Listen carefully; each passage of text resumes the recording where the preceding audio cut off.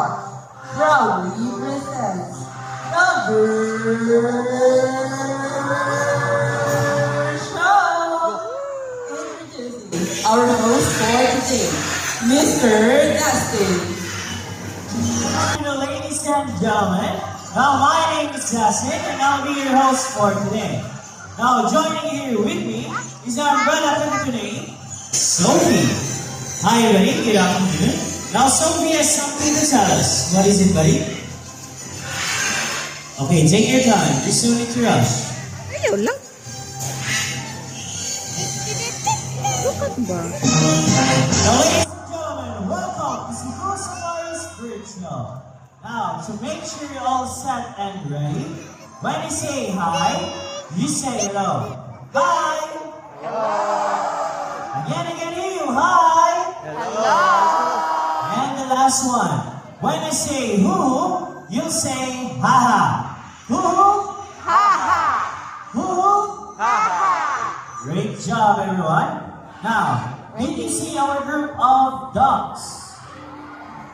Well, did you know that in the wild, they use this behavior to survive? They follow their mother in a straight line to stay safe and make sure that no one gets left behind. Now, what you just saw earlier, it's not just cute. It's their natural walking habits in the rainforest of Brazil.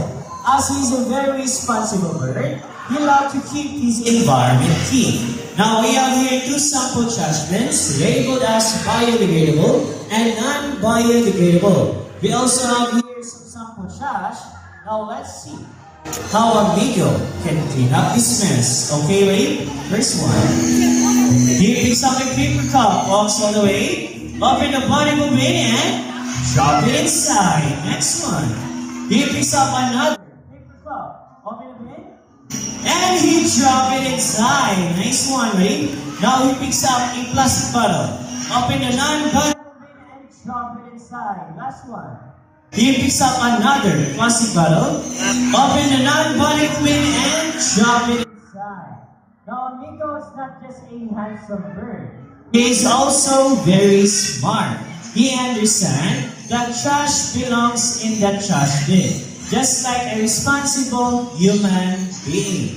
Now, always remember that a responsible guest keeps the environment Clean. clean. So, round of applause for Duendo Makoning, Amigo. Thank you so much, Mr. James. Now, before we proceed to our next bird, a friendly reminder for everyone, please sit down.